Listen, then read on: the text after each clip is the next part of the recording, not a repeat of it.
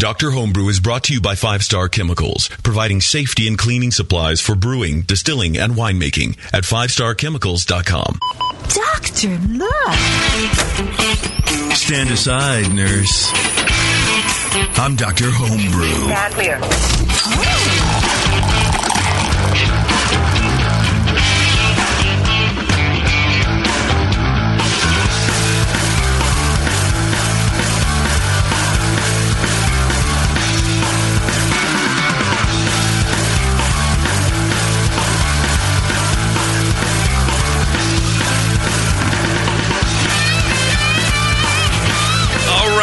Welcome, everybody. Welcome to another fine edition of Dr. Homebrew. My name is Jason J.P. Petros. You might know me from other shows as Dr. Homebrew, and then some other ones I can't really talk about. I am with my intrepid co-hosts, Brian and Lee. Hey there. Yeah, we'd also like to thank our opening band. It's like Push and the Pushies or something. Yeah, who knows who did this? I have no idea who did it, but they kind of fired it off, huh? That's some rock and roll. Watch how you say pushies. It sounds handsome. Dangerous. They do sound real handsome, actually, Warren. Thank you for commenting on their handsomeness. You're welcome. That is Warren, of course. Beardy, as you may or may not be aware. Hi. Why do they call him Beardy? I've been wondering. Because he likes to shave. I don't get it. I think it's really... he works at Heretic Brewing Company. I do. I'm there every day. Do you stand around? Do you just really order Chris around, who's the head brewer? Well, actually, according to his new business card, he's the brewmaster. Oh. Yeah. Wow. We all just found that out, even though Chris has had his cards for months now. Wow. We finally got around to reading it. He goes, hey, look at what I am. Yeah. Check this out. Nanny poo-poo. Yeah. I gave myself a promotion through an error in printing. Well, in addition to that fabulous beard, look at that head of hair. That thing's amazing. Yeah, Warren has some powers of the follicle for sure. I don't know where this is going now. The powers of the follicle. Yeah. I've got some extras if you want. Just take your shirt off, Warren. All right. When are we going to throw the camera on in case no one's ever seen Warren? That's me. There's there. Nipple can. All right, there you go. You're live, Warren. Shirt on or shirt off? Well, do whatever you want to do. I mean, you Okay. still have to be married after this. Show us up. I still have to be? Yeah. You didn't know that? This doesn't get you out of that. Oh, No. you told me this would get me out of it. Well, I lied. It would get you out of the house. Yeah. Oh, Right. okay. I assumed the whole thing was off. No, you wish. Anyway, welcome to Dr. Homebrew, of course. If you are a little unfamiliar with our format, we take 2 master BJCP judges, which are Brian and Lee, and we pit any homebrewer at all against them. While it's not really a competition, we judge it as such. And the main point here is to get you feedback on your beers, true, proper feedback. Unlike anything else you would actually ever get in a competition, I feel, especially after getting my first round scores back. I got nothing near the detail that these two young men will require. So it's wrong. You get tell me about it. If I didn't have jury duty today, I would have brought my sheets in, and I would have thought about it and had a brain left. The malt in your beer smells good. Oh no, I got like aroma good. Cool. 3 out of 5. I could have told you that. Is that it? It has a good aroma. You should talk to whoever was running that comp and complain I about did. the judge. It was his they, first. They a one-word review. It was his first time, and I felt real bad. I know the guy, and I actually emailed 2 of the judges. One guy told me specifically he would not buy another pint of my beer, of my cider rather, but then he scored it in the very good range. So I called him on it. I go, how do you justify not buying another pint and yet scoring it very good? And he just addressed every other issue that he screwed up on, but didn't really address the really shitty judging comment. So anyway, needless to say, this is not like that. If you send your beer in, we'll actually get you on the phone, or if you're local, you can come in person. Oh, hell, if you want to drive out here or fly out here just to be on this little dinky show, by all means, do it. Yeah. And then hop the next SpaceX shuttle and come on by. Yeah, why not? If you can get here and whatever. We will go through your beer with a fine-tooth comb. These people, Brian and Lee, they are very good at what they do, and they are very diligent in filling out every single solitary space. That's right. On that piece of paper. But we're not perfect. No, of I course just want not. to point that out. Right. And After they're having fine had that previous mentors discussion. too. I mean, that's the thing with judging. As you're sitting down with a junior judge, you're helping them learn how to do the Right. thing. I mean, just see all JP has learned over the last year of this. Right, I've learned so much about things, and I swear I heard diacetyl. He's really crushing the candy. Yeah, I was playing Candy Crush, while we're waiting for the break because I'm not going to judge. What are you guys crazy? Right. I keep cutting myself on just a chair. That was the second time I've sliced my thumb open on a chair. That's how fragile my skin is. Self-abuse through furniture. I'm a cutter, Taking it to new but I'm levels. just A cutter, huh? anyway. So we have two special guest beers today. One of them is Beardy's beer. Yes. Beardy's beer. Beardy's beer. Which is the name of his new brewery, Beardy's beer. And then the second one is mine. I brought my beer, and I happen to actually have had to brew a beer. That's a little reflexive. And I'm strong. I want you to know it. Reflexive. Reflexive. I can get the acidity already. Right. No nepotism here either. It's a no. Why would there be? It's a what I call Belgian table beer, kind of modeled after the Westie 6, and Peter Munoz was on a couple months ago. I can't remember the date anyway. A while ago, yeah. He did the More same than that. thing. Yeah. Yeah. Okay. Did he inspire yours? No. Okay. No. I did mine lie. independent of his. Yeah. Of Peter's his a thing. He did it before it was cool. Yeah. And he Yeah. makes amazing sausages if you've never had them. He does. I have not, but I've heard. I've heard things about him. The magic he can weave. Wickedly Heard good things sausages. about his magic sausage. Well, And one of the best ghost brewers in the world here. Yeah, That's what I say. he's a good brewer. So anyway, he was on, and now I feel it's my turn to bring my beer in. Now you get the experience. You get to have your beer judged by us. And Right, which I've always feel wanted. what it's really like. Not only are you the host, you're also an I love editor. having You my get to be judge on the beard other by side of him. the gun You get to be a and victim. moderate the proceedings. The while other it's side of the happening. guillotine. It's like being in charge of your own execution. Yeah, I think it'll be great. No, I do have some questions, and hopefully you guys can answer them. And Warren, you have a milk stout Yes. that you brewed at my house. Yes. All these beers were brewed at JP's house. Yeah. Yeah. How awesome. It's a JP house show. I put it in the back of my truck after I brewed it and fermented at my house. Yeah, collecting So- air along the way. Right. No, I don't know. It was an open bed fermentation. Yeah. I just left it in the back of my truck. Right. Yeah. Puddle in the back. Right. That'd be great to I have back of pickup. my driveway is sloped, so it all stayed right up against the cab in the bed of the truck. So Smart maneuver. Right. Yeah. Yeah. No drain plug or anything, so it stayed in, and I just siphoned it out when it was done. Well, that's Just didn't back out in the street and go up a hill and drain it out that way.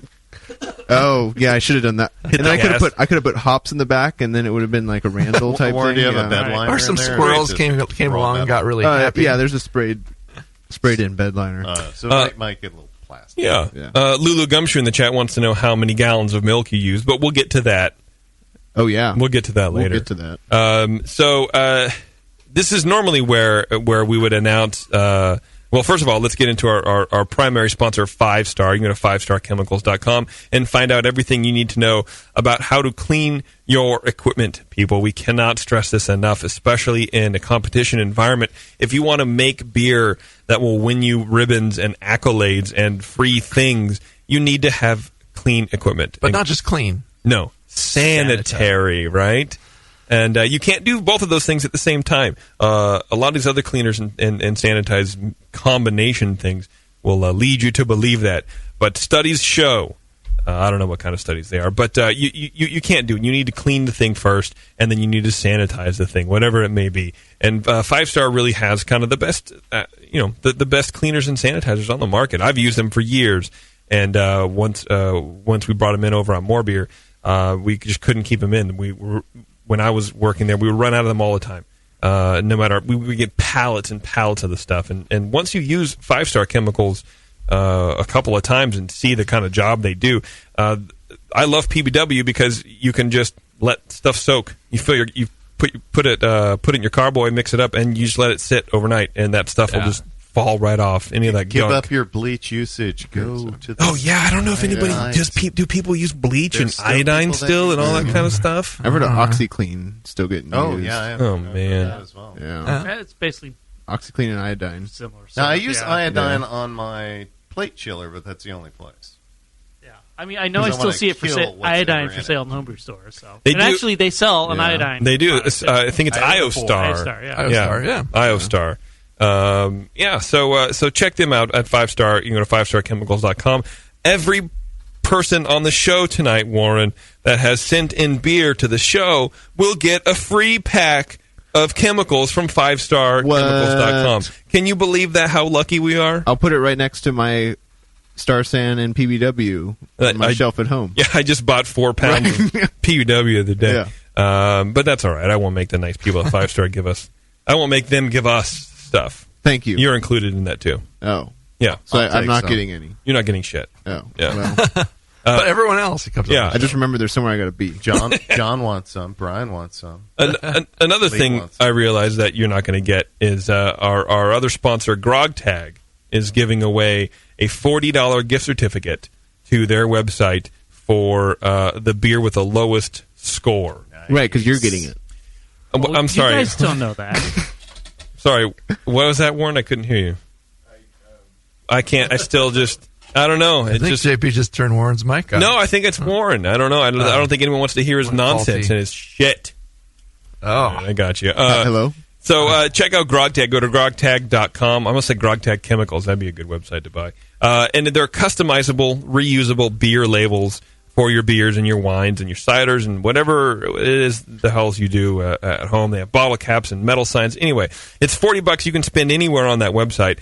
And, since I'm an employee of the station and Warren is a alternate employee of the station, we both have the same base salary, which is odd. Oh, really? Yeah. Oh. Yeah. Wow. Right. That's what I thought. We're doing great. We're doing awesome.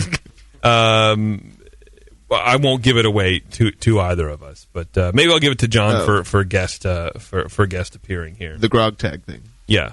Oh, okay. Warren, I need to know exactly what you're saying right now because I don't understand it. So anyway, that's a new thing. It's called the At Least Your Beer Will Look Good Grog Tag giveaway. Anyway, let's take a break because I need a beer, and we have beer to talk about. So you're gonna hear from some sponsors, and then when we come back, I guess we're diving into my beer first, right? Warren's. Warren's? Do Warren's first. All right. First. Yes. Ladies first. Yeah. Beardy's first. Huh? We'll save yours for the last. Yeah. I mean, mine. Oh, yours is first? No, last. Oh, Last. Idiot. mine's first. Yeah. Yes. Okay, Right.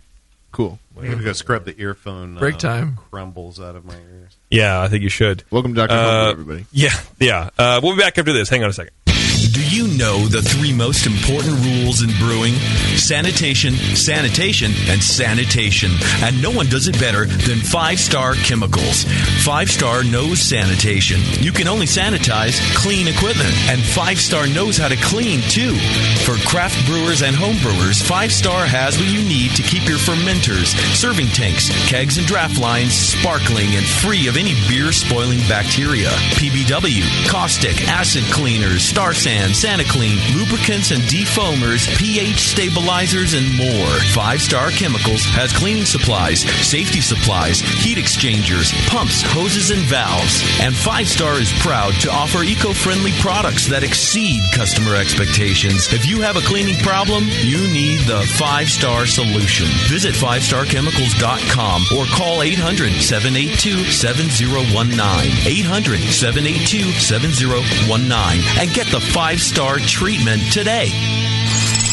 Hey, Wooly, I'm beat. Can we find a nice tree to just hang out in for a while? You're beat. I've been swinging through this forest for 50 years, ever since we first escaped from the circus. I know, but there's got to be more to life than exploring this creek and trying to populate the valley by copulating with loose, hairy girls. Marquis, stop. Look. What is that? It looks like a man-made treehouse. With fresh food. And craft beer. Welcome to the Creek Monkey Tap House, boys. Grab a seat. Creek Monkey's drink free. Awesome! The Creek Monkey Tap House in Martinez, California takes their mission of fresh food and beer seriously. They only serve locally raised beef and chicken, as well as local sustainable produce. It's better for you and the planet, and it just tastes better. The beer and wine at Creek Monkey Tap House are chosen with the same care for the highest quality and rotate frequently to make each visit an adventure. Swing on into the Creek Monkey Tap House and enjoy a new legend of amazing food, beer, and wine. The Creek Monkey Tap House, online at creekmonkey.com. As a brewer, you already don't settle for second best. You want great tasting beer and you want great equipment to make it with. So don't settle for the second best grain mill. You want a Monster Mill from Monster Brewing Hardware. Monster Mills are tough, come in 2 and 3 roller designs, and are made right here in the USA from superior materials for longer lasting performance. Pick the mill that's right for you at monsterbrewinghardware.com and take Bevo's advice. Trust me, it's always better to have a bigger tool than you think you need. Monster Mills have the best warranty in the business. Your satisfaction is guaranteed. Visit monsterbrewinghardware.com now and check out all the mills and mill accessories. Don't settle for second best. Get a Monster Mill from Monster Brewing Hardware. Come along now. It's time for your medication.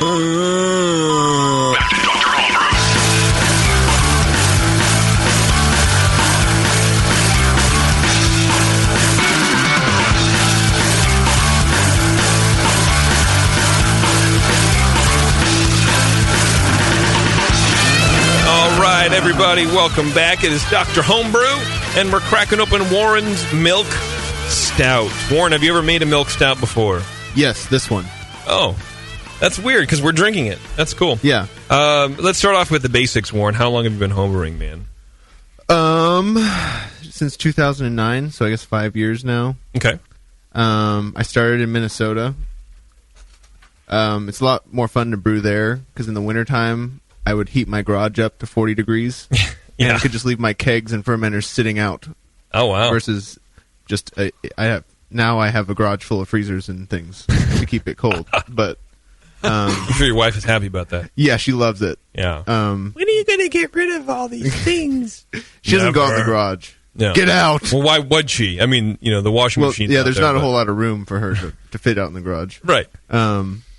But yeah, got started out there. I brewed, it's kind of similar to Greg on the last show. I think I brewed 3 or 4 partial mash kits before going to all grain.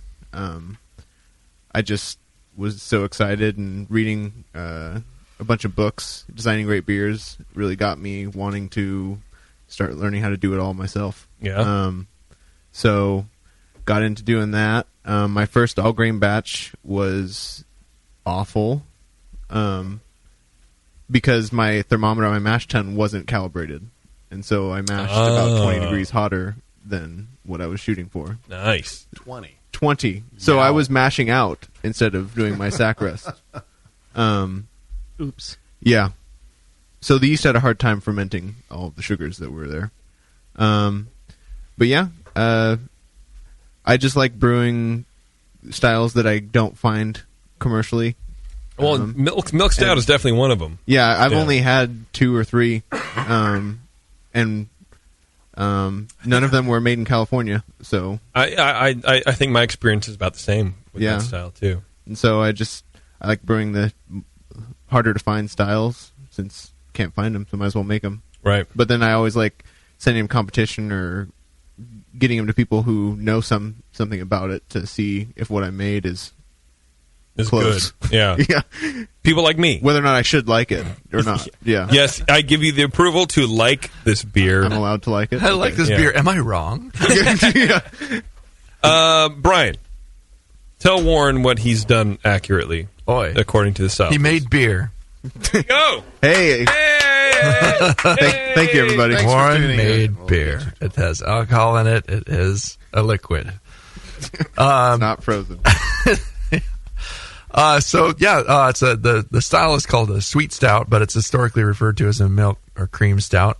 But this is this particular one has a mildly roasty note in the aroma. Seems like a pretty clean ferment with just medium fruity esters generally in there, and it doesn't have a whole lot of the creamy, milky, sweet notes in the aroma that you can get in this beer a lot of times. No hops are detected. You wouldn't want to put a lot of hops in this beer because that would really detract from what the the coffee and cream kind of thing that you really want to get in it. So that was good. The hops are out of the way. No DMS or butteriness. There's just a hint of an ashiness in there, a little bit biting in the aroma.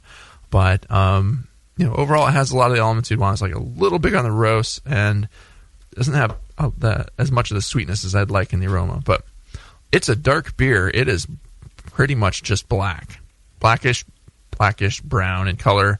It's pretty much opaque. You can maybe see that there's a little hint of clarity at the corners of the glass. It's hard to even see that. Fine bubbles stick around for a fair while, but they drop after a little bit. In the flavor, it's the dark malts really dominate this profile.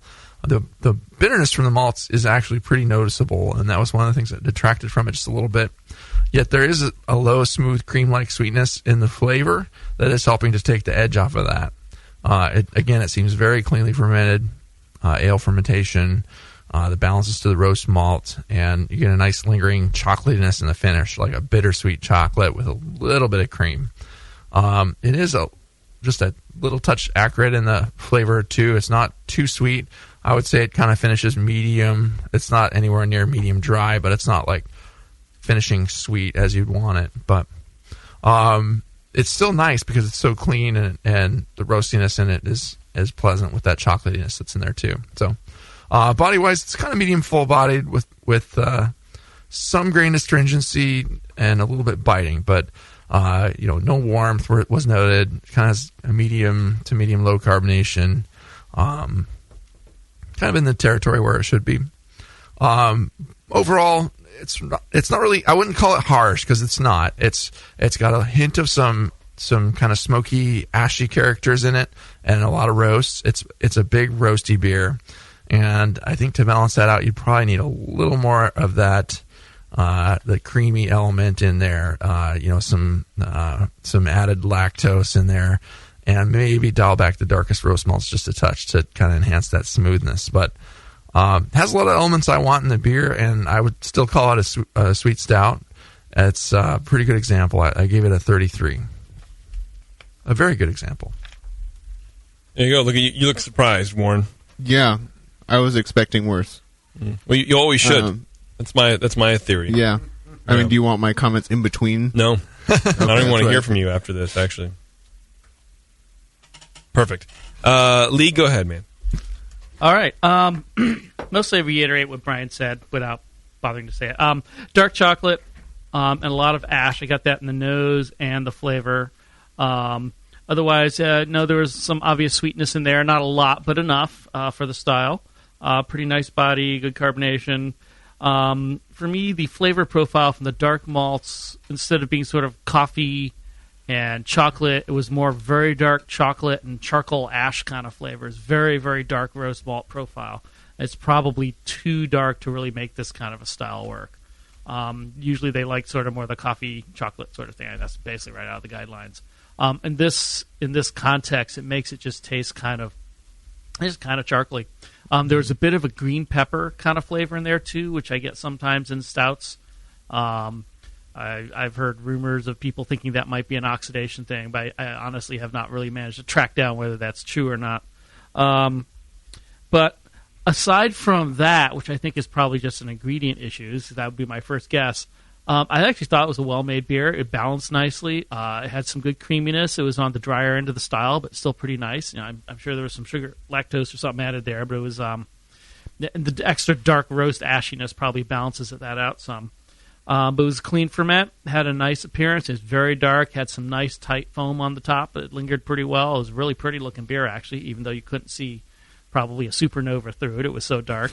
But yeah, it was good. It's just too much ash and charcoal in there.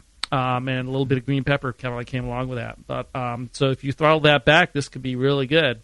As it is, I gave it a 35. That might be a little generous, but not too much. It's pretty much within the parameters. It's just, I think, to my taste, a slight miscalculation on the type of roast to put in there.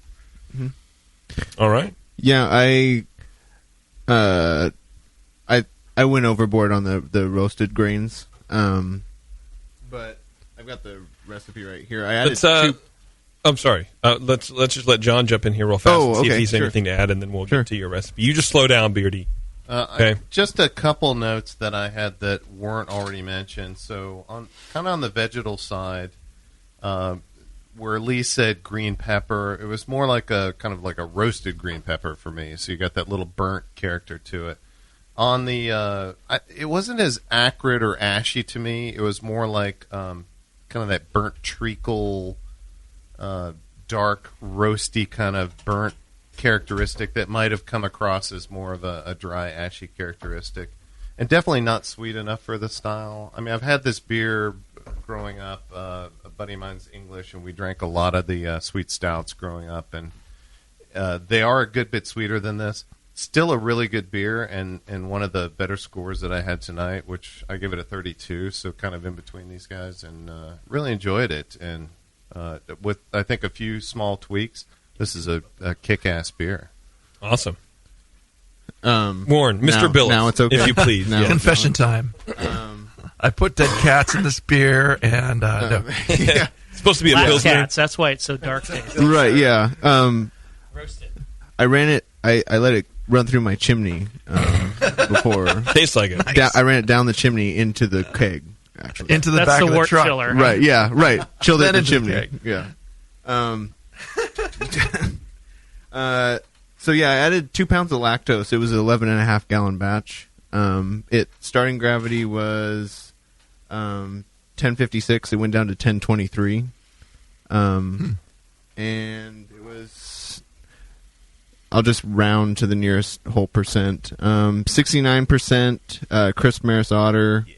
7.5, whatever.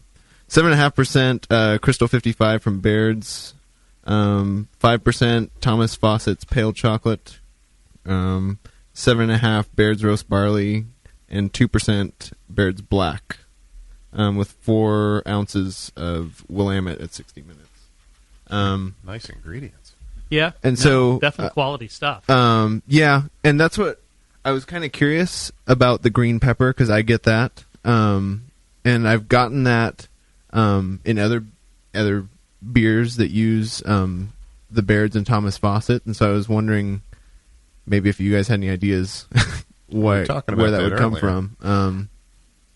Not necessarily. I've heard some people speculate it might be an oxidation product for dark malts, but it's like not like I've tested that out or seen a published research on that or anything. I can taste. It tasted like that during fermentation, so I don't think it would be oxidation while fermentation was going on. Then it might be one of the vendors. Yeah, I don't know. I mean, Fawcett's not something I've used. Baird I probably use fairly often because it's so available out here. But I haven't myself ever traced it to a particular source. Or something. As it is, I mean, just for the recipe balance, I'd probably throttle back the roast barley and the black malt by half or 2/3 for what you put in it, and just bump up the rest with the chocolate. I think you'd get what you're after. But yeah, I don't know. I would love to hear other people's experiences. If anybody thinks they've nailed this down in the great listener land out there, if they ever figured out if there's a particular vendor that's selling roast barley or whatever that's given this green pepper flavor. What was your yeast that you used, by the way? Cal Ale. So just White Labs neutral. 001. Yeah, and I'd add to that, if it is a particular supplier, it's probably one of the more common ones, because when if I judge stout flights and comps, I get that a lot. Yeah, and I taste it in a lot of professional dark beers also. Yeah, and sometimes it actually comes out as flat, like a hot chili pepper even, which is even worse. Yeah. It's just weird. Roasted burnt. Yeah, and I don't understand where it comes from, and it's really hit or miss, because I've made beers using those same ingredients. Sometimes I get it, sometimes I don't. So it might even be just a batch to batch thing. Interesting. With the something the yeast is doing to the malt. And it could be just some weird polyphenol that's in the malt, and you can you mash a certain way and use your yeast a certain way, it just comes out, and other times it won't. I don't know. Because it can also get it in coffee beers. Yeah. When they add coffee. Coffee beers, I get it, but I blame the coffee and like a lighter roast and how they're adding it rather than any of the dark malt. So it's probably a product of the roasting. There's a lot going on with the roasting process that could kick out flavors like that, because coffee can be described as having a peppery flavor, and malt can too. So yeah, interesting. Turn myself off. We have a couple questions from the chat. Blobber wants to know. He has a question about Milk Stouts. Would nitrogen be a good idea to accentuate a lack of creaminess, or maybe if a beer has too much ash, would throwing some nitrogen on there kind of accentuate some of that sweetness, creaminess, and kill that? I don't think it's going to add creaminess, but it's going to make it seem a little smoother. I think, but. Yeah, when we had Left Hand's Milk Stout, the carbonated version and the nitro version, the nitro version, the creaminess was a lot more apparent than in just the 100% carbonated version. And I noticed, at least with just the beer that I brought, the temperature has a very big impact on the balance between the creaminess and the strong roastiness. So I think serving temperature and also the beer gas versus just straight carbonation would definitely affect the balance. Yeah. Do you think this is a style that you have to beer gas? No. You'd want to avoid putting too much carbonation in it to avoid having a carbonic bite alongside all that the roastiness that's there. So you want to hold that back a little bit, kind of keep your carbonation on the lower side, and have all those harmonious elements of this, this espresso-like, creamy espresso kind of flavored beer come through without that in the way. Yeah. But, and also there's almost none of this that's available from the original sources anymore, and that's most of what gets carbonated in a bottle. I've never seen... there's almost no one shipping a milk stout or a sweet stout over from England anymore anyways. Maxon's pretty much disappeared. I've never seen it on tap. The Left Hand that Warren's talking about is the first time I've heard, and that's going to be an American interpretation. Yeah. So, but I would guess just like it would have similar impact that it does. Again, it's just going to decrease the acidity, increase just the frothy mouthfeel and the creaminess. It should really make it go that way. Yeah, make it nice and creamy. If it fails, oh well, it'll still be good. Right. Yeah. It's not going to make it sweeter, though. That was one of the Okay. I've always kind of thought that nitrogen gave, maybe it was just an impression of sweetness. Huh. But what do I know? I'm real handsome. Warren, do you have any other comments or questions for the guys about making a milk stout? You mentioned that I've read about before making this beer that for competition you should tend towards the sweeter side, even because I wasn't going to enter it in a competition or anything, and so I wanted it to be a little bit drier than I guess what people expect it to be, and maybe what the traditional English styles were. And so I guess just in terms of your own preference, would you want it to be sweeter and thicker body, like because it finished at 1023? Are you suggesting like 1030? It's a really regional question. The guidelines would tell you it's medium to high sweetness. Right. So it needs to be at least fairly sweet. This is, given the terminal gravity on it, I'm surprised, and the amount of lactose you put in there, I'm surprised it tastes as dry. But that's probably because you've got all that roast in there. It really dries out the palate. So if you throttle that back, it might seem sweeter right there. Sure. Probably should seem a little sweeter than this. I don't think this is bad, but mostly I pick up the sweetness in the finish. Mm-hmm. So it probably should have. If you want to hit the style Nazis where they want to get hit, it should probably be apparently sweeter, to the taste than this. But I think this would judge much better on the West Coast than on the East Coast. If this same beer came out in a Georgia NHC or something like that, where the palates are much towards the softer, sweeter, less hoppy beers, less roasty beers, they would perceive this even more bitter, dry, and less. Interesting. That's possible. Yeah. Sweet. So I think you got the best shake in this area here with these guys. So we can handle some bitter. So this is the best I'm going to do, is what you're saying. Yeah. Okay. Get used to it. Yeah. If you wanna do a version of this beer that has a little lower sweetness, and you should be able to do that and make it a perfectly acceptable beer. definitely dial back that roastiness, and then the balance will come in. Because I think if you just dial back that roastiness, you're going to notice the sweetness a little more, and it's going to be better balanced. Like as it is right now, the balance is toward that roasty malt and not as much the sweetness. But you could change that just by pulling back the darkest malts. What did you score him, Brian? I scored it a 33. See, 33 is your new 50, Warren. Oh, well, then I did great. Yeah, you did wonderful, man. Cool. Yeah. Ultimately, I found that between like a dry stout and an oatmeal stout. Ultimately, not sweet enough to be. That's still very stout, good according to the score sheet. Oh, it is. Yeah, it's an enjoyable beer. It's clean. But would Brian buy another pint? Oh, definitely not. Uh-oh. Okay. I wouldn't buy another. I hate Why that would he? check mark on the new score sheets. Yeah. Would you finish this beer? Would you buy a pint? Would you pay? Whatever. Dump it on somebody's head. They don't. I have wouldn't that. even dump it on someone's head. Yeah. No, I'm too nice for that. No, that's highly respectable score. Anything else, Warren? No. Okay. I'll try it again. All right. Please do. Probably on my system. Quite possibly. What are you doing Saturday? I'm brewing beer. Not with you. Someone else. Oh, well, Yeah. fine. It's Big Brew Day. Yeah, I was going to brew. Oh. I won't be there. You can use it. Oh. Yeah. All right, we're going to take a break, and then when we come back, it's going to be my beer, my Belgian table, whatever. Lee was hammering me on the style guidelines on that because there is no style for it. It's my session IPA. Anyway, Dr. Homebrew, everyone, stay tuned. We'll be back after this. Hey guys, JP here from the Brewing Network. On the show, you've heard us talk about the importance of using the right malts and the freshest ingredients possible when brewing up a batch of beer. As a BJCP judge, I am always impressed when brewers make European beer styles and choose the proper base malts, something that really comes through in the finished product. BSG supplies your favorite local shop with malt from maltsters like Bayerman and Rar. These malts are the real deal for the most authentic beers possible. BSG, Brewer Supply Group, is the source for quality malts. Crisp, Simpsons, and Patagonia are more of the amazing maltsters BSG brings to you. From Pilsners to Porters, use the right malts for every style of beer with malt from BSG. BSG, quality malt for a quality beer.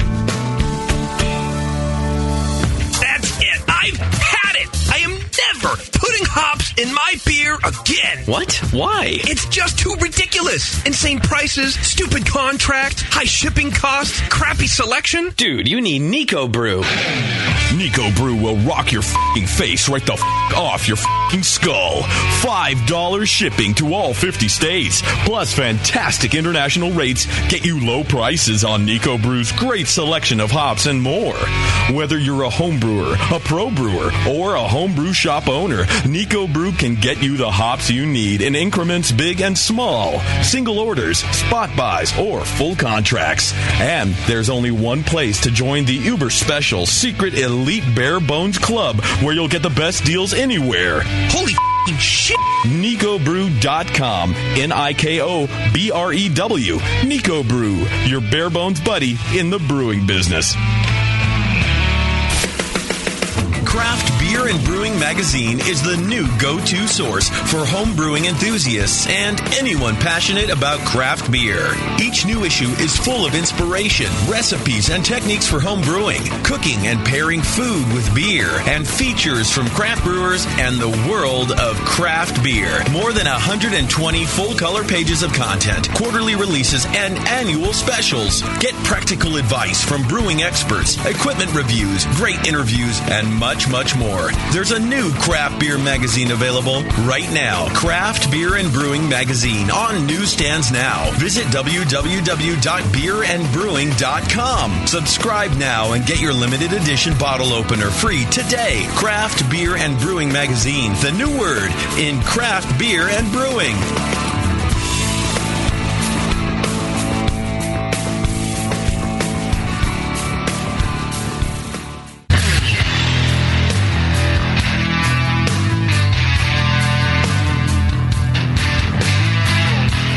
Back to the examination.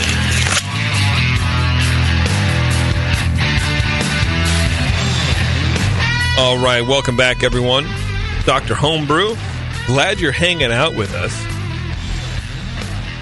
This is the all brewcaster or all pseudo brewcaster or all. Oh, you're a real brewcaster. Brewcaster / some guy brewcaster beers. We just went over Warren's Milk Stout, which is very good. I think I gave it a 4. And we're about to try my Belgian table beer, which I'm sure Warren will give 1,000. Your score doesn't count. Out of 1,000,000. Neither of your scores counts. The points don't matter. No. Well, when do they matter? This is America. Everyone wins. It's all about the love. It is all about the love. There's love here.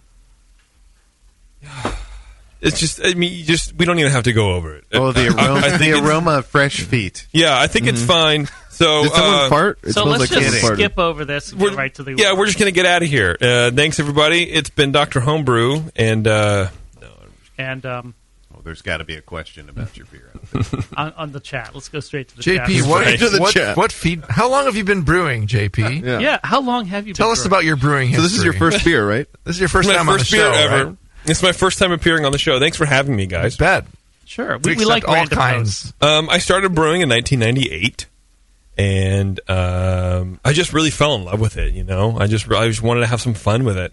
My first beers were awful, and they were gushers. They were, every single one of them was a gusher. And is that when the movie Mean Girls came out? I don't know that. And I don't know why This is the wrong audience. Yeah. I'm trying to appeal to the younger That's a movie? listeners right now. No, there was like some 10-year anniversary. Moving on. And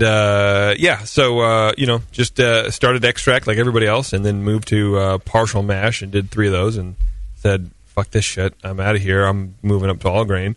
And Bought a still. there you go. Put your big boy pants on. Yeah. When did you become so bitter and angry, though? That's what I want to know. Probably about my 100th homebrew. Okay. That I've had from other people. I've kind of just, I don't know, brewing beer has lost its luster for me. I enjoy drinking beer and talking about beer and thinking about beer and experiencing beer and formulating recipes, but the actual act, maybe it's because I'm a little upset that I can't nail certain things or whatever, but I don't know, standing over a hot kettle for 7 hours sucks. Sorry. So tell us about your childhood now. Well, my mom was really never there You have for to me. say that in a and- really German. Tell us about your childhood. Lee, why don't you start? Why don't you start with me? Okay. Hammering his beer. You jerk. From the beginning. Let's get the knife out. Start from the beginning. Yes. Dark chocolate, very low herbal hops, medium ashy. Oh, sorry. Wrong beer. So far, this sounds great. I was liking it. Yeah. And it was good. You really do have a good palate. What is this beer first? What is this beer? So what we weren't sure what to categorize it as for judging purposes. Yeah, good point. But what JP had told us it was a clone of the Westvleterin 6. That's my attempt. That was his intent. So we held him to that, and we argued about it for a bit. Decided not to put it as a Belgian pale ale or blonde. We put it as a specialty beer, kind of Belgian specialty, and sort of judge it on its own merits, as it were. So that's what we did, because there's no real category that this fits in. The Westie 6, if you've never had it, is kind of a pale ale-ish sort of thing. It's moderately hoppy for a Belgian beer. It's got a little bit of phenol in it. It's kind of nice. I mean, it's almost like a Pils with some phenols and a little more apparent hop character and some other ale yeast characters, a little fruit in it. Nice beer. I had one that was like 2 weeks from Europe, and it blew me away. Yeah, it's Absolutely very good. blew me away. Yeah. I was surprised at the amount of hops that there were. It was very bitter. Yeah. Very hoppy. Yeah. No, it'd be right at place over here. Yeah. Yep. Absolutely. Yeah. But people here, they'll get it and they'll age it for a year. That's a mistake. And This it'll is just not. crush This it. is not an aging No. beer. No, this is a drink it now beer. Yeah. So what do we get? What did I get? Spicy hops with phenolic white pepper, more phenols than hops, supporting Pils malt, some lemon, and almost saison-like nose, but a little bit of DMS in there.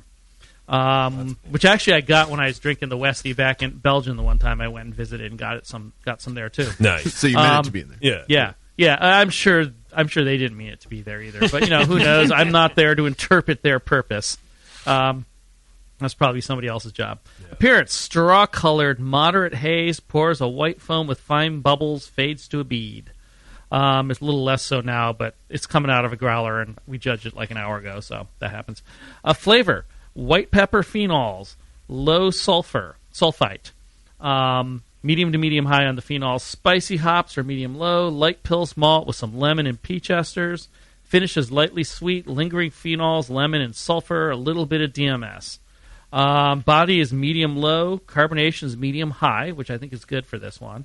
It's not warming or astringent. It's a touch drying, probably some from the sulfur and the phenols, and it's a little bit creamy.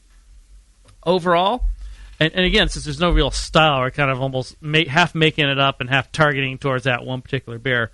I thought it was a well-balanced, refreshing beer, pleasant and drinkable, kind of like a hoppy Pils with Belgian yeast, phenol, and ester character. Compared to the Westie 6, I think it's more phenol forward, maybe a bit low in the hop flavor and aroma compared to the original. And the sulfur could probably be reduced, either less sulfur in your water or a more active ferment to scrub it out if it's a yeast product. Overall, not bad. Actually very good. I gave it a 34. That's bullshit score. It is. Yes. It's the new 50 for you, though. Yeah. Wait a minute. Hey, congratulations. We haven't heard from Brian yet. Shut That's up, right. boy. Okay. So, the Westie 6 clone. The first thing I got from this one was lemony, just big lemony ester shining through over the top of everything else. Had a light little kind of tea-like note, kind of chamomile. There's some like little elements of spice and tea in there. I did steep an English grandmother into this, so that might have something to do with it. Tea cozy. And a hint of white pepper in the aroma. The malt was clean, Pils like low. Hops, it did have some of the phenolics that Lee's talking about. Spicy but clean. Nice color. It has a nice medium yellow with like kind of a haziness. It's like that, I don't know, kind of, the haziness is like even. It's like soft looking, the beer looks soft. Like a 80s. Like a soft yellow pillow. I don't know. Like there's a little Vaseline around right, like when they take your picture and they fuzz it out. Yeah. Like exactly. a glamour shot with marshmallow. I'm looking at you through it right now. Nice. You look a lot better. Thank you. And a medium low head, decent retention, mostly finer bubbles. In the flavor, again, a lot of that lemon, like kind of freshly zested lemon notes up front. And what is that from? Because there's nothing, I think I use sauce all the way through. Some esters that the yeast is kicking out. Yeah. It's a very yeast balanced beer, and this was balanced towards the yeast. Honestly, I think if you'd serve this as a saison, no one would doubt you for a second. That's the point I would make. I agree with some of the saison-like comments there. Yeah. Okay. I found it to be lightly acidic, but not sour. It was tending towards being a little bit acidic, kind of like you get in some of those lighter acidic beers, like the Goes or those kinds of beers, which was kind of cool, and it did aid the refreshing quality of the beer. But Belgian with light pepper and good Belgian yeast ferment going on here. So, but not like one of those big, heavy, like boom in your face phenols. Just light and adding some character to it. The bitterness was very low, I found, and it finishes pretty dry. In the body, it was kind of like Lee said, medium light body with pretty firm carbonation, no warmth or astringency, not very creamy, but still fairly smooth and easy to drink. I found this to be a really interesting beer and has a lot going for it. I'm not as familiar with the Westie 6. I only had it I think I've only had clones of it, honestly. So maybe someone can send us some. But I really found the light, please send us the light Westies. acidic quality with the light pepper and some of the phenols in there made it really pleasant, and it was interesting. It's like for a light beer like this, you could drink this on a summer day, and it goes down clean, and you get a little tang, and it's just refreshing and clean. So, nice beer. Gave it a 36. Thank you. Special guest John. You really want to get my comments on this? I do. All right. Is that a question or a statement? It's all the above. Nice. I had a few different things on the aroma. I got a little bit of honey and floral aromas, which I found quite interesting. There was definitely lemon in there, which gave it that saisonic, I like that, kind of character to it, which I thought was really interesting. Saisonic possession. Saisonic possession. That's a good beer name, Warren. Write that down. Great color, head retention, everything. Nice, fine little bubbles in there. Very lacy, beautiful. The malt, I got a little bit of grainy malt characteristic. One place I differ from the fine boys to my right here, if we're virtually looking over there, is I did get a little bit of grainy astringency and tannic character out of this.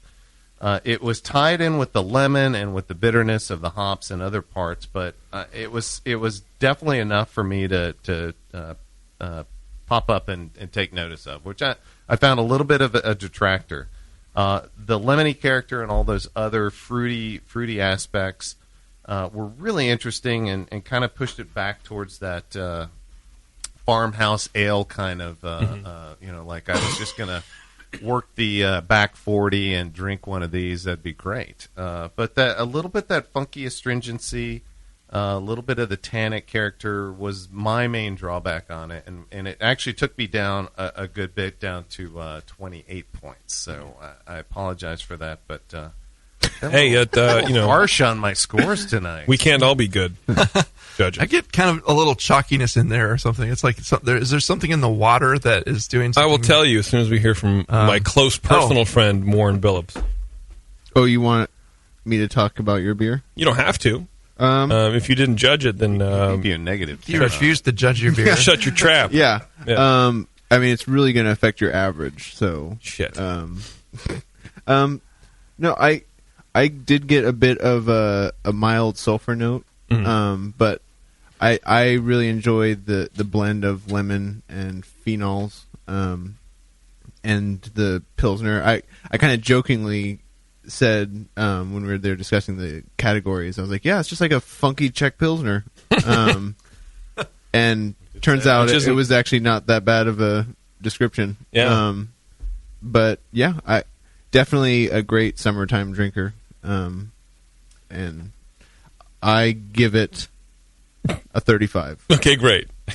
Totally arbitrary. How do you pull a number out of your ass when you're sitting on it? I don't understand. It kind of just floats up. Nice. That's after a lot of beers. It also happens to be right between Lee's score and mine. So yeah, right. That's pretty safe. Oh, really? To land. Oh, yeah. That's what Warren does. There you go. So let me tell you about this beer.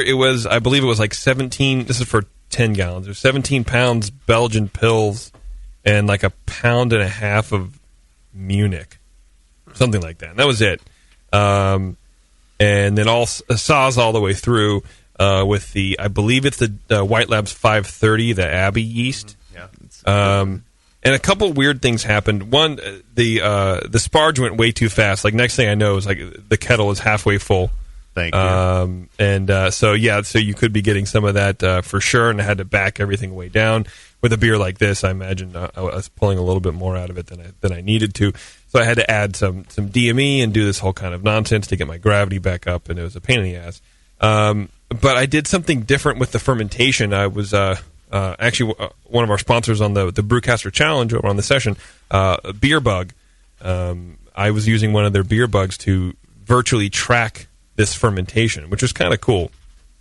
It has a little float that floats in the beer, and it registers the change in density, I imagine, in the liquid, and kind of just plots it on a chart. So you can sit at your desk and like log in to where your beer is and just check. Yeah, it takes like it's gone down to I think like 6 data points 25. an hour or something. Wow, like back that. to the future. It's like an electronic thing. It's I'll show you. I'll show you when we're done. You're my Wi-Fi density. broadcast out of the inside of the fermenter. Yeah. Have you Well, tried to swallow one of these? It sits on top. It's a big thing that sits on top, and then the torpedo, they call it, drops down into the liquid. Okay.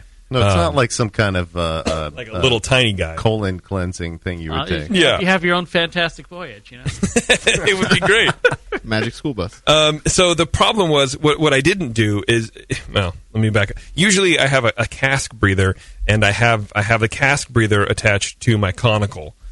So there's always a 1 psi going into the conical, so that way if there's a temperature change, instead of bringing in oxygen or perhaps star sand, let's say, from my blow-off bucket, it'll just bring in CO2. But Warren and I kind of rapped about it a little bit and tried to figure out what happened. Basically, I didn't put a blow-off on it at all. I just thought, oh, okay, I've never really gotten a vigorous fermentation like that I need to blow off. I have a domed lid, the conical from More Beer, and I should be fine. I had friggin' yeast everywhere. It exploded. Day after day after day. It was just this giant fermentation, 74 degrees. I've made this beer twice before. The first time, I think I did it at 68, and I wanted to up the kind of yeasty qualities to it. So I fermented at 72, and then this at 74, and just, I mean, thick, creamy yeast pouring out of this beer bug. It was, and then like down the cooling fans of my conical. That must have been fun to clean up. Oh my God, it was amazing. I've never had a fermentation like that. So those are my two kind of caveats. Just to let you know what happened to this. You won't be making this beer again. I will be making this beer again, which but I will kind do of it pushes it more in that saison. I'll use a blow off too, for sure. Maybe lower the temp a little bit.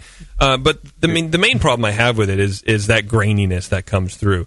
I noticed it right away, and I don't know where for me it didn't taste like an astringent thing, but just like there was a grain dust, like actual grain bits that I was drinking.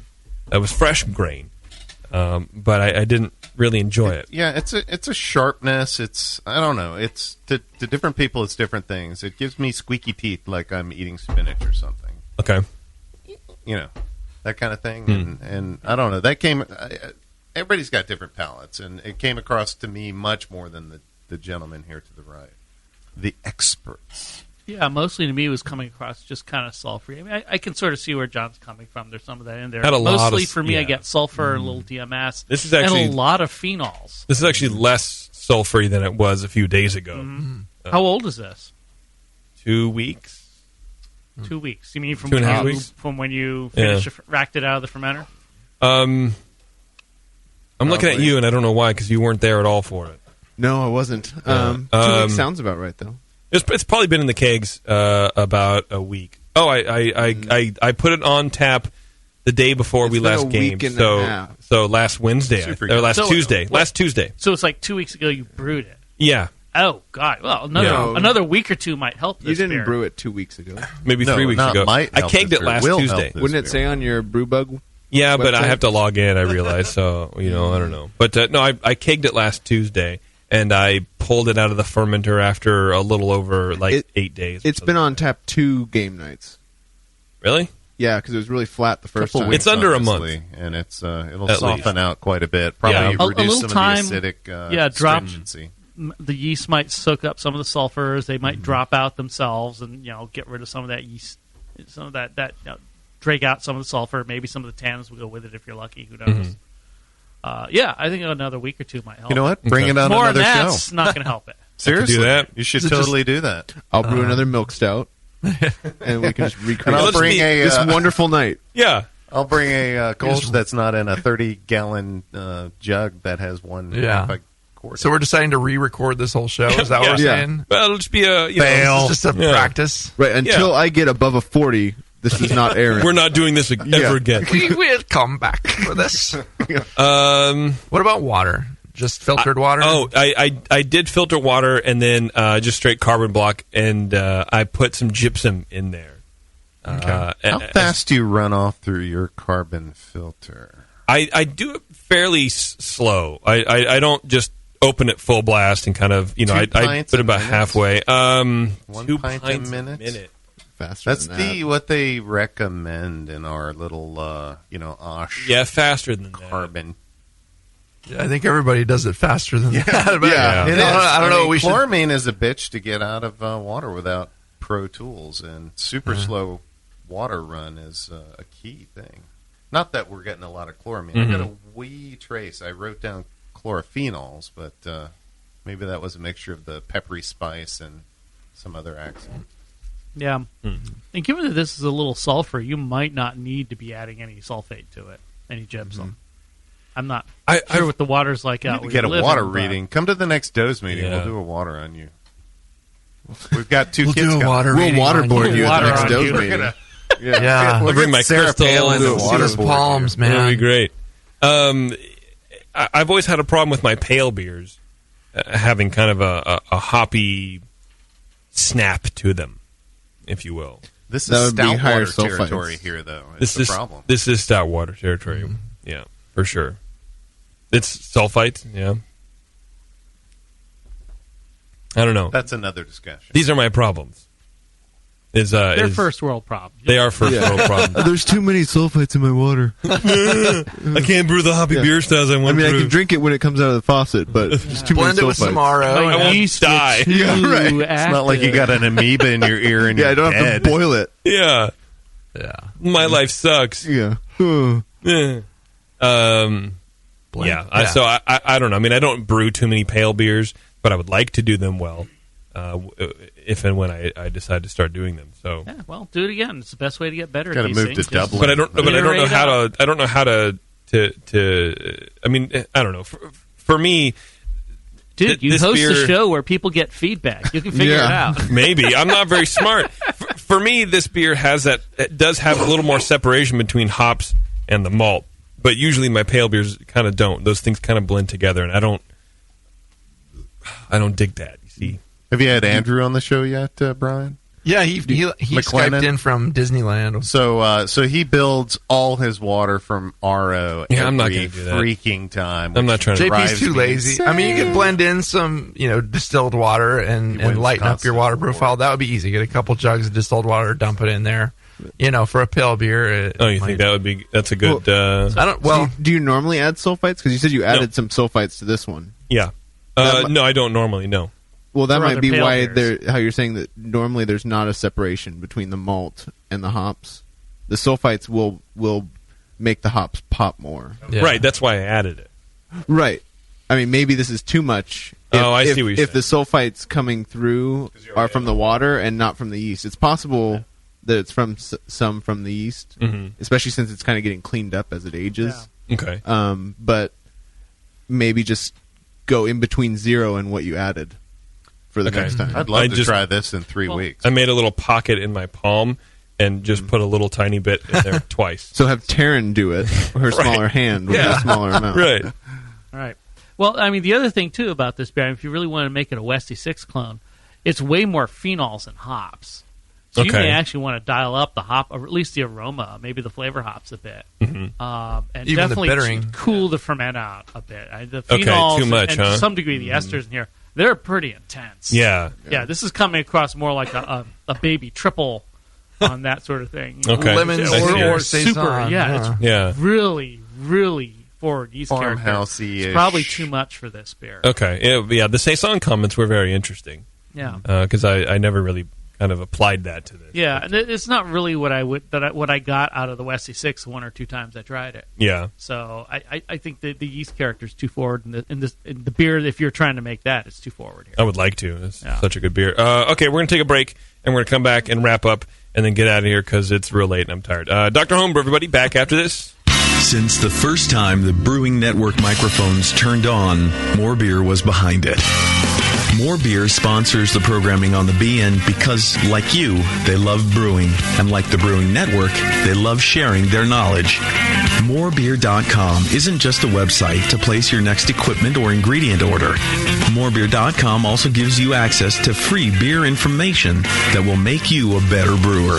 Go to morebeer.com and click into the Learning Center. You'll find podcasts, technical facts, video tutorials, and more, including access to The Buzz, More Beer's social network of more than 5,000 members. And some of them might even be crazier about beer than you are. Get over to morebeer.com today and take advantage of The Buzz, the forum, the Learning Center, and make sure you're signed up to receive the newest More Beer catalog. More Beer, bringing you absolutely everything for beer making. Hello, fellow BNers. This is Sully from the 21st Amendment Brewery located in San Francisco, just 2 blocks from Giants Park. Before Nico and I opened the 21A and before I was a professional brewer, I homebrewed on my small 4-burner apartment stove in a back house in Santa Monica, California, making my extract brews before graduating to the daunting idea of all-grain brewing. Homebrew books and information was hard to come by back then. The internet hadn't been invented yet, along with other things we take for granted today, like electricity and potable water. One thing I wish I had back then when I was learning was a radio show that could teach me the ins and outs of brewing and answer questions that I had about homebrewing, a resource for making great craft beer. The 21st Amendment Brewery is excited to be a proud sponsor of Dr. Homebrew, a great show that teaches you what you need to know about making incredible beer. Good stuff. Listen up, you might learn something. I certainly did. And thanks for your support. Tasty Crack Games. I'm sorry to tell you this, but we're going to have to pour you out. Back to Dr. Homebrew.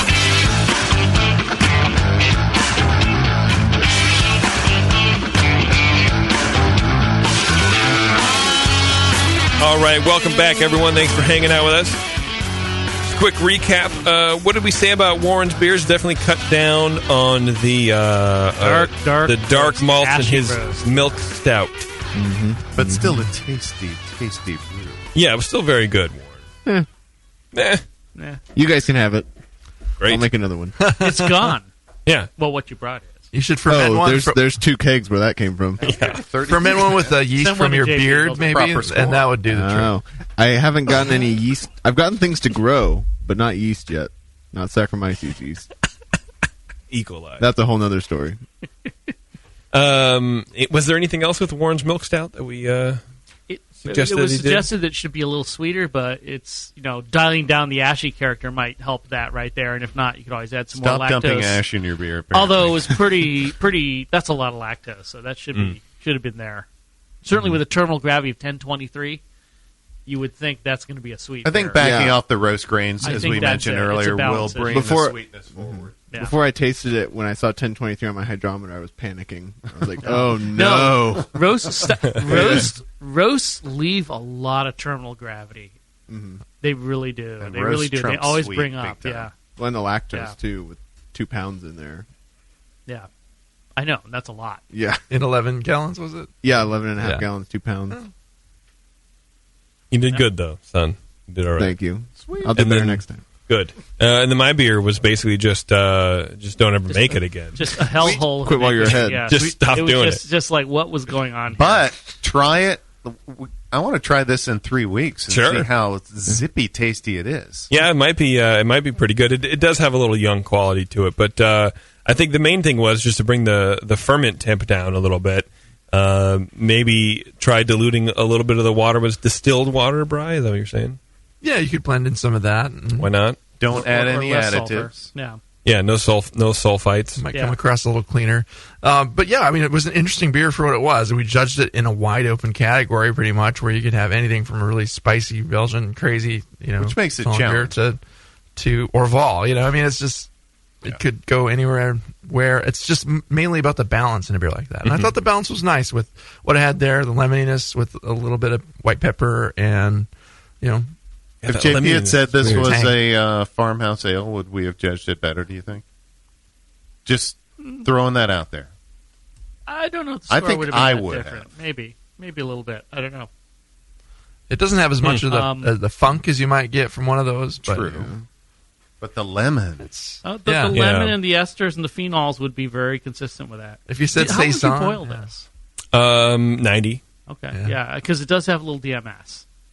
That well, gotten rid of too, yeah, I mean, it might be from the additives. I don't know. Maybe not 90. Maybe 75. 110. I don't know. So who wins the award? Okay, I didn't boil it at all. All right, I just ran it off and fermented. You just threw a couple of hot rocks in there, let it sanitize for a bit. Yeah, nice. Hawaiian. I didn't even make it. All right. You just bought this from some home. I bought a case of Westie 6. Right, and just spit in it. Poured it in the growler.